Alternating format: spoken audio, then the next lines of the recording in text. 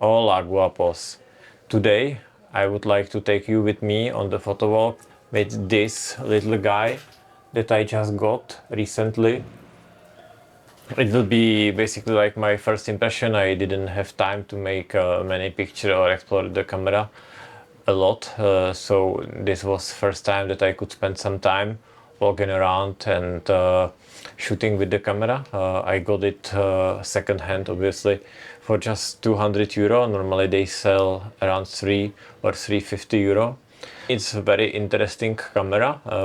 I was surprised how well it's done. The body of the camera, it's a whole like nice metal, and it's not light. It's very small, but you can feel that you hold something in the hand, and that this it's very well done camera, very well built, and it's pleasing to hold and to look at.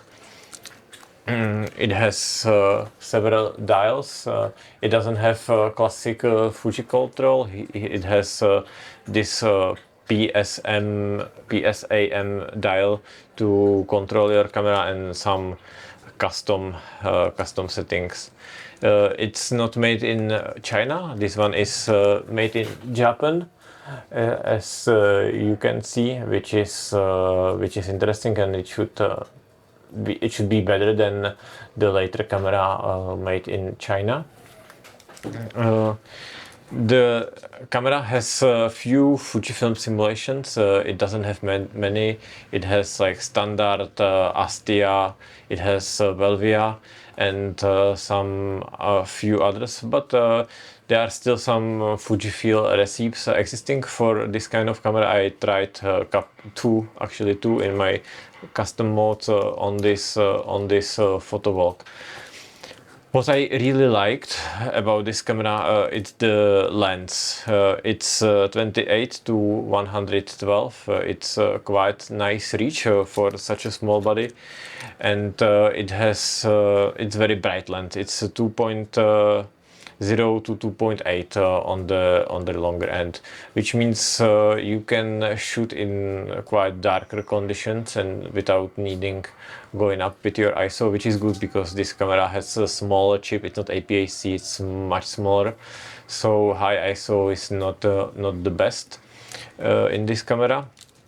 What I think it's awesome is the way that you turn on this camera. Look.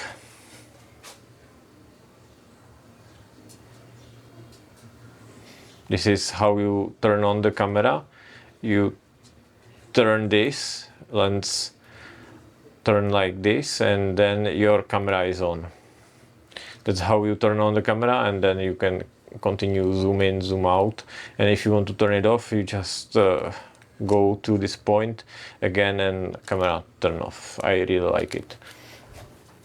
Another feature that maybe it can be comfort sometimes for someone, but for me, I really like it that this is not EVF, it's just OVF. It means that there is no digital info when you look through this viewfinder.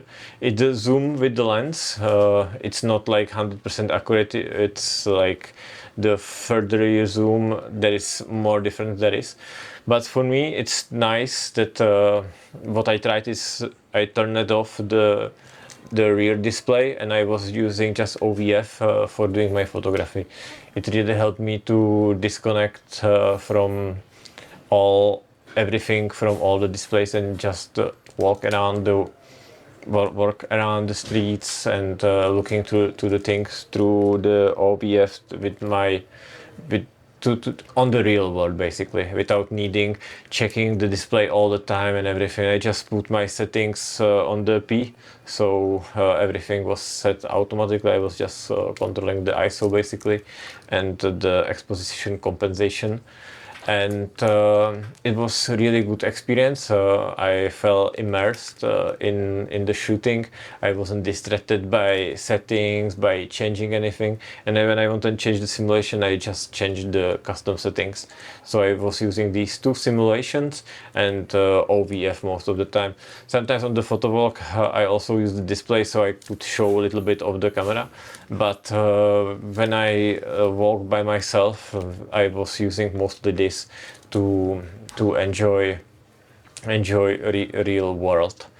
But I really like the controls for the camera this small. It has many buttons, so you can custom your settings. You can control most of the stuff without without the need going to the menu. It's very old camera. I would say one of the thing that the autofocus is not the best. I think it's good enough for its age, but clearly it doesn't have same accuracy and speed as a modern autofocus camera. This is one thing that I didn't like much.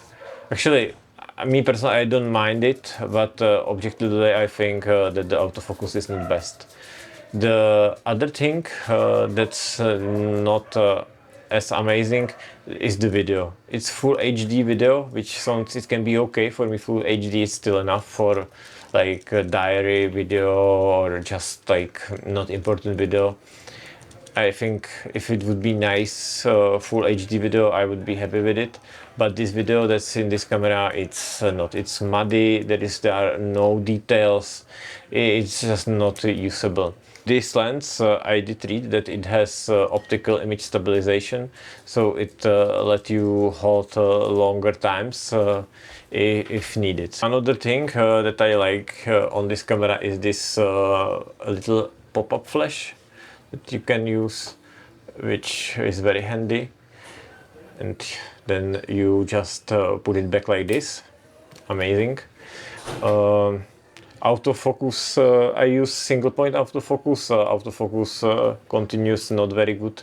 I think that's much better to use just single point autofocus for this camera. But when I use OVF, I just use AF mode multi, so camera choose by itself where to focus, so I could just make a picture and let it on camera. What I like a lot, that the camera is very compact, it's very small. I can have it in my palm like this, so when it's easy carry camera, it's everyday carry camera for me. The way of form factor, I can just grab it and go anytime I feel to make a pictures. I think only controversial thing about this camera is price. I personally bought it for 200 euro, but normal price that I can see in my area on Wallapop, which is second-hand store, something like eBay or Vinted, the usual price is 350 euro. Is it worth it for this money? I honestly don't know. For 200, I think it's a good price, even if it's this old, just because how well it's built, and I don't think that there is many camera like this that can compete, considering having a viewfinder, even if it's just OVF, and nice straight out of the camera pictures. I can't think of many other cameras, maybe just like Lumix LX100, which is a little bit more expensive usually now. It's like around 450 euro, or maybe Lumix TZ100, which both of them has a bigger sensor, but I do think that it doesn't offer such a nice straight out of the camera pictures, but it offers 4K video, both of them. That's actually very usable, and it depends what you actually value more, but apart of these two cameras, I don't know what could be like direct competitor. There are many nice cameras in the price range of 200 euros, but most of them, they don't have optical viewfinder, neither electronic viewfinder, which for me it's something I really like to have. An option to use this viewfinder for me is very important, because if I would like to shoot through my display, I would just use my phone. For me, when I go out and shoot, I want to a little bit disconnect from this world and use viewfinder. To colors from this camera, they are very organic, and even it doesn't have many Fujifilm simulation, you can customize them enough. Camera kind of raised the question what I actually want for my everyday carry camera. I have this tendency to chase in my everyday carry camera like same specs as on my main camera. Like I want it to be at least APS-C, I want 4K video, I want like widest aperture possible. But then this camera kind of became bulky and it's kind of became a tool again instead of being a camera for relaxation. And in the end, I have now XS10 and this camera at home, a part of my main camera. But when I go out, I feel more like grabbing this camera than XS10 because it's such a small and cute thing, and it's such a pleasure to hold it and manipulate it. What I actually want is to enjoy and to have nice good time with something small like this, because regardless wide aperture you are not getting to get a lot of bokeh, because to compare to full frame you need to multiply this value like 3 or 4 times. So on the short end you have like 8 aperture, and on the long end the aperture is like it's not about having nicest bokeh or blurriest background. It's about snapping your memories, enjoying the process, and being in the present. I know that you could probably say this about shooting in general, but I mean this, I mean in the raw way, in the not thinking much in the technicalities, not thinking, oh, should I put 4 aperture or should I put 2.9? No, you just put automatic aperture and just make a picture, and that's it. And that's, I think, that how this camera is best to use for me, without overthinking the stuff as we usually do when I go for shooting work or my project. I always think about technical aspect, light, how to set my camera, and sometimes I go to this false idea that this is making pictures, but no, making pictures also can be just focus on what you see and capture the moment and then move on. And this camera is very good for it. So to answer this question that I asked before, is it worth it 300, 350? If you value moments like this, I would say yes. Most get like GX80 or GX85 with a kit lens, which is micro four hertz sensor, and you get 4K video, great stabilization, more megapixels. This camera, by the way, has 12 megapixels only.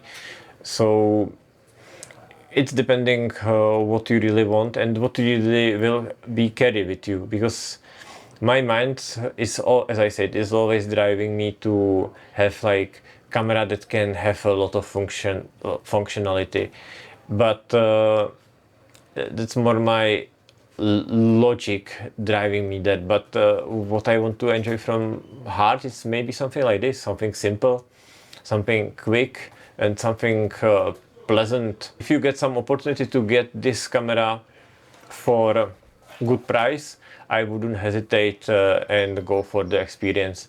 Maybe a little bit better you can consider also X20, because this one has a digital overlay on this OVF, which can improve a little bit or change the experience, and you can at least have some info. But even without that, I think it's amazing. I really enjoy, and I will for sure do more pictures with this one. Thank you guys. Have a nice day.